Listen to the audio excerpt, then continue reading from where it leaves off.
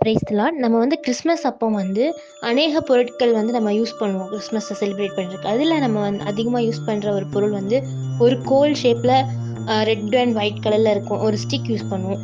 ஏன் அந்த கோலை வந்து நம்ம யூஸ் பண்ணுறோம் அப்படின்னா, முதல்ல வந்து இந்த நற்செய்தி இயேசு கிறிஸ்து பிறந்த நற்செய்தி யாருக்கு அறிவிக்கப்பட்டது அப்படின்னா மேய்ப்பர்களுக்கு அறிவிக்கப்பட்டது. அது எதுக்கு எக்ஸாம்பிளா அந்த கோல்னா மேய்ப்பனுடைய கோலுக்கு எக்ஸாம்பிளா தான் நம்ம வந்து அதை வந்து கிறிஸ்மஸ் டைம்ல நம்ம வீடுகளில் வந்து அதை வைப்போம். ஏன் கடவுள் பிறந்ததை வந்து முதல்ல வந்து மேய்ப்பர்களுக்கு சொன்னாங்க அப்படின்னா, மேய்ப்பர்கள் என்ன பண்ணுவாங்க அப்படின்னா, தன்னுடைய மந்தையை வந்து பத்திரமா பாதுகாத்துப்பாங்க. அவங்க வந்து நியூஸை சொல்ல வரும்போது கூட காலத்துல எந்த ஒரு அனிமல்ஸும் தங்களுடைய மந்தைகளை அட்டாக் பண்ணாத மாதிரி அவங்க வெளியே வந்து அந்த மந்தைகளை காவல் காத்து கொண்டு படுத்திருந்தாங்க. அதே மாதிரி தன்னுடைய ஆடுகளுக்கு எது தேவை, எந்த இடத்துல போனா அதுக்கு நல்ல மேய்ச்சல் இருக்கும்னு சொல்லி அதற்கு தேவையானதை பார்த்து செய்வாங்க. அதுக்கு ஏதாவது ஒரு ஆட்டுக்கு உடம்பு சரியில்லைனா கூட அதை வந்து நல்லா பத்திரமா கேர் பண்ணி பார்த்துப்பாங்க. இதான் வந்து ஒரு மேய்ப்பனோட குணாதிசயம்.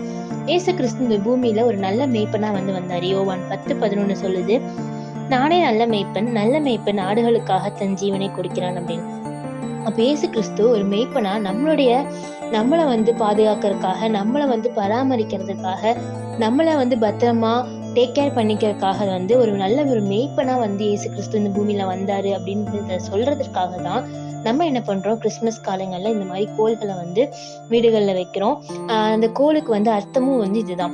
அப்போ இந்த கிறிஸ்மஸ் காலத்துல நம்ம என்ன பண்ணணும் அப்படின்னா, வீடுகள்ல பொருட்களை வைக்கிறதோட நம்ம இந்த செய்திகளையும் வந்து மற்றவங்களுக்கு சொல்லணும். எப்படி மேய்ப்பர்கள் கிட்ட கடவுள் போய் இது என்னுடைய குமாரன் பிறந்திருக்கிறான் அப்படின்னு சொல்ற செய்தியை வந்து சொன்ன உடனே அவங்க என்ன பண்ணாங்க அப்படின்னா, லூக்கா 2வது அதிகாரம் 15 to 20வது வசனம் வரைக்கும் படிச்சு பார்த்தோம் அப்படின்னா, அந்த மேய்ப்பர்கள் வந்து எல்லா இடத்துலயும் போய் அதை வந்து பிரசித்தம் பண்றாங்க.